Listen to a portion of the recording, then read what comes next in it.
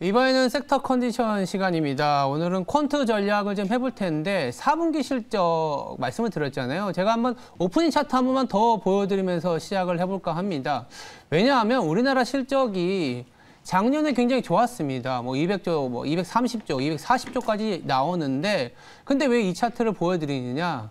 항상 매해 초마다 이렇게 이게 마이너스지 않습니까? 4분기에 쇼크가 발생합니다. 근데 그러니까 주가가 좋을 때는 쇼크가 발생해도 이거 뭐 눌리면 사야지 이런 얘기가 나오지만 지금 보시면 아시겠지만 올해 아마도 생각보다 많은 비용들과 생각보다 많은 쇼크가 발생할 가능성이 높기 때문에 굉장히 조심스럽게 그리고 실적 위주로 봐야 되는 측면 때문에 제가 오프닝 차트 다시 한번 보여드렸던 거고요. 그러다 보니까 이런 어떤 실적과 관련된 어떤 퀀트 데이터를 굉장히 자세하게 다루는 분을 모셨거든요. 저희가 지난 한 10월에도 모델을 좀 설명을 드렸는데 업종 그리고 이번 실적 시즌 어떻게 챙겨봐야 되는지 이분 모시고 자세한 얘기 나눠보도록 하겠습니다. 안지선 유진투자증권 퀀트 담당 애널리스트입니다. 안녕하세요. 안녕하세요. 네, 제가 약간은 좀 이렇게 긴장도를 높였어요. 왜냐하면 실적 시즌인데 실적에 대한 기대가 지금도 너무 높은 것 같아요. 너무 높고 지난 10월 달에 한번 저희가 출연을 했었잖아요. 그때도 보면 이익의 변화율과 주가의 변화를 보면서 뭐 주도주라든지 어디를 봐야 될지 얘기를 했는데 이번 실적 시즌을 앞두고 그 모델상 어떠한 변화가 캐치됐는지 그것부터 한번 얘기를 할 수 있을까요? 네네. 일단은 지금 소프트웨어 업종이 좀 이익 하향 추정치를 보이고 있거든요. 네, 소프트웨어라 그러면 이제 네이버, 카카오. 네네네. 그런 업종들 그리고 좀 성장주로 저희가 속히 이렇게 얘기를 했던 종목들 그리고 작년에 굉장히 많이 올랐던 종목들이 조금 이익 추정치가 많이 이익 리비전 자체가 좀 많이 조정이 되고 있고요. 그리고 제가 좀 그런 백테스팅을 조금 해보았습니다. 이제 작년에 YTD로 좋았던 종목들이 랭크가 올해는 어떻게 될지를 이렇게 20년치를 해보았는데요. 그랬을 때 YTD 그 랭크가 좀 뒤바뀌는 모습을 볼 수 있었어요. 네, 그래서 그런 것들을 좀 살펴보면 좋을 것 같다라는 생각인데요. 일단은 제가 저번에 가져왔던 모델은 모멘텀 스타일의 모델이었어요. 일단 가격 모멘텀이랑 이익 모멘텀을 둘 다 볼 수 있는 그런 모델이었는데요. 지금은 이제 모멘텀 스타일의 전략보다는 퀄리티나 가치 스타일의 전략이 좀 필요하다라고 생각을 하고 있고요. 그래서 제가 이번에 모델을 한번 연간 전망식으로 해서 만든 게 매크로 국면 모델을 만들었습니다. 일단 제가 저번에 말씀드렸던 모델은 모니터링 모델이라고 볼 수 있어요.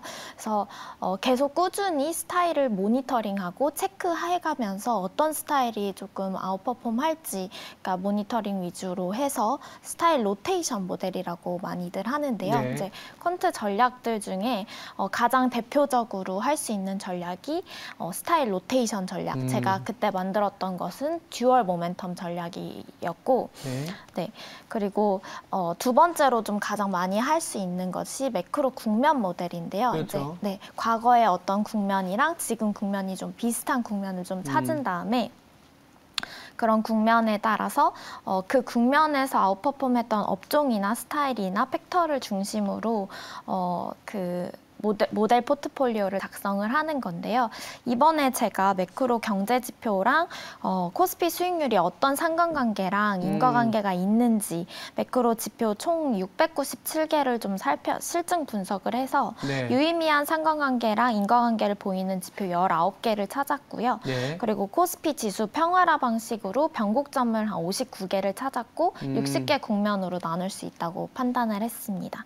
그래서 이 60개 국면 중에서 지금 현재랑 가장 비슷한 국면을 찾아서 그때 초과 성과를 보였던 스타일이나 업종 팩터를 찾아보았는데요. 일단 초과 성과를 보였던 스타일은 좀 가치 스타일이었어요. 가치 스타일이었고요. 업종 같은 경우에는 건강관리, 금융, 소재, 필수 소비재 업종이 있었습니다.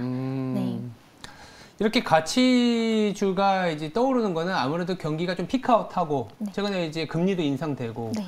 그리고 이제 제가 4분기 실적은 빅베스라든지 실적 쇼크가 네. 많이 발생한다라는 거를 반영하는 것 같은데 네.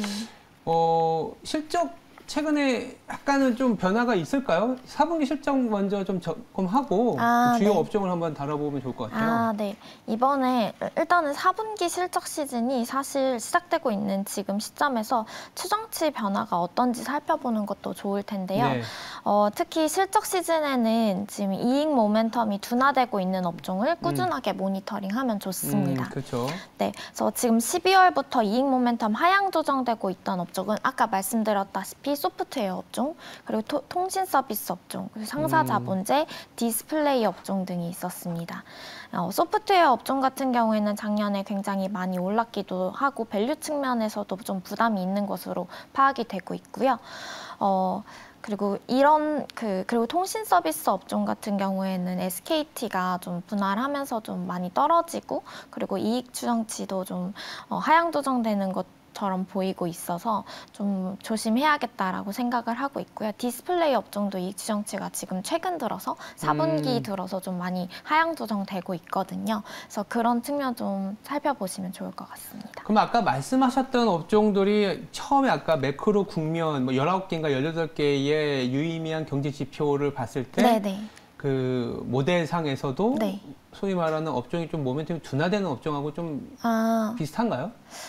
지금 제가 말씀드린 4분기 업종 모멘텀 모니터링 모델 같은 경우에는 모델로 뽑힌 이런 이런 업종 같은 경우에는 매크로 국면 모델이랑 완벽하게 일치하지는 않습니다. 네. 근데 이제 이런 스타일 로테이션 모델은 꾸준히 모니터링을 하면서 어떤 업종이 좀 문제가 있을지를 파악을 하는 모델이기 때문에 그 두 개를 좀 혼합해서 보시는 게 좀 좋을 것 같다고 생각이 그럼 두 개를 드는데요. 혼합했을 때 네. 일단 안 좋은 것부터 얘기하면 두 개를 혼합했을 때 지금 4분기 실적의 컨센서스 네. 추정치가 좀 내려오고 네. 있고 경기 국면을 감안했을 때도 좀 이것만은 그러니까 피해라라는 건 아니지만 참고 삼아서 네네. 모멘텀이 좀 둔화되는 교집합이 되는 업종이 좀 있을 것 같아요. 네네.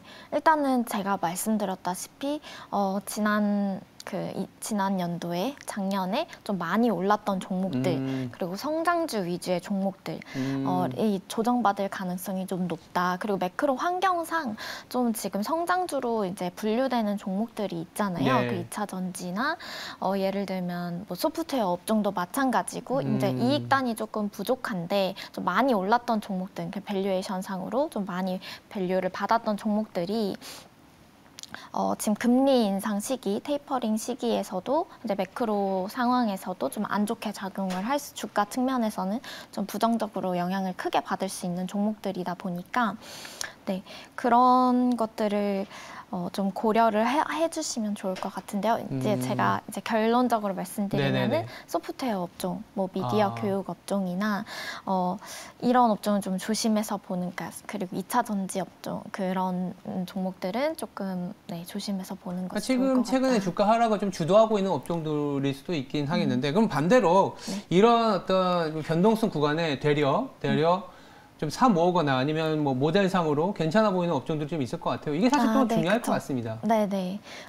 지금 좋게 제가 보고 있는 업종 같은 경우에는 사실 지금 미국 연준의 통화 정책이 정상화되고 있잖아요. 이게 이제 필수 불가결의 상태라고 보고 있는데 왜냐하면 물가가 굉장히 너무 많이 올랐기 때문에 지난 12월 달에 저희 국내 그 물가 지수가 3.7%를 기록을 했거든요. 네. 그래서 이렇게 이제 통화정책 정상화가 좀 필수 불가결 상태이고 그렇게 생각을 한다면은 2014년이랑 2015년의 사례를 살펴보면은 2022년 상반기 내에 한 10% 내외의 조정 가능성에 대비할 필요가 있다고 생각을 하고 있습니다. 미국 연준이 2014년에 자산 매입 축소를 했습니다. 그리고 2015년 12월에 글로벌 금융위기 이후 처음으로 금리를 인상을 했는데요. 그때 이제 테이퍼가 마무리되어 가던 시기에 이제 미국 S&P는 7%에서 8%가 조정이 되었고, 그리고 코스피 같은 경우에는 10%에서 11%의 조정대를 보였거든요. 그래서 이런 장세에서는 제가 앞서 말씀드렸던 것처럼 성장이나 모멘텀 스타일보다는 네. 네, 퀄리티 스타일이 좀 강한 측면을 보이고 있거든요. 그러니까 네. 퀄리티라 그러면 이제 뭐 그 반- 이익률, 뭐 ROE 이렇게 네, 얘기하시는 ROE. 거죠? 네, 그렇죠. 네. 네, ROE, 자본 총계 증가율, 뭐 투자 현금 흐름이 좋은 종목들을 네. 좀 지켜보시면 좋을 것 같고요. 그리고 이제 스타일적으로는 뭐 퀄리티 가치 스타일의 업종, 그리고 대형 테크주 들로 좀 피해 가시면 좋을 것 같다는 생각이고요. 제가 모델상 아까 말씀드린 제가 연간 전망으로 만들었던 매크로 국면 모델상으로는 건강관리, 소재, 필수 소비재, 금융업종이 대안이 될 수 있다고 판단을 하고 있습니다. 그렇다면 뭐 간단하게 모델, 그러니까 매크로 모델 네. 그리고 이제 아까 말씀하셨던 걸 합쳐서 탑픽 업종이라고 좀 그렇고 네. 뭐 몇 가지만 이제 이 정도는 네. 퀀트단의 데이터로 봤을 땐 괜찮은 것 같다. 아, 네. 저는 이제 탑픽이라기보다는 좀 피해갈 수 있는 업종으로 피해갈 수 보고 있는 있는데요. 이런 조정이 있을 때 그렇죠. 좀 피해갈 수 있는 업종으로는 금융업종을 보고 있습니다. 금융업종. 네. 네. 지금 가격 모멘텀, 이익 모멘텀으로도 나쁘지 않고요. 그리고 모델상으로도 굉장히 이제 초과 성과를 보였던 업종이기도 하고요.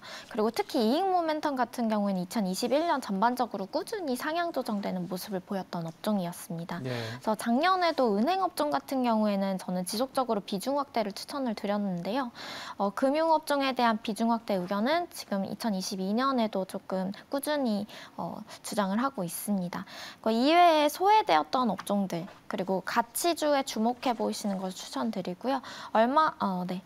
그리고 제가 그때 아까 통계치를 네. 말씀을 못 드렸었는데 20년치 통계를 내보았을 때 특히 이제 작년도에 YTD로 가장 안 좋았던 종목들이 올해 1월에 평균 코스피 대비 7.8%의 초과 성과를 보이는 것으로 나타났거든요. 그래서 그 측면을 조금 참고를 해서 투자를 하시면 좋을 것 네, 같습니다. 작년하고는 확실히 좀 색깔이 많이 바뀌어가는 국면이다. 네. 그리고 가치 쪽에 조금 더 주목해보자라는 얘기였습니다.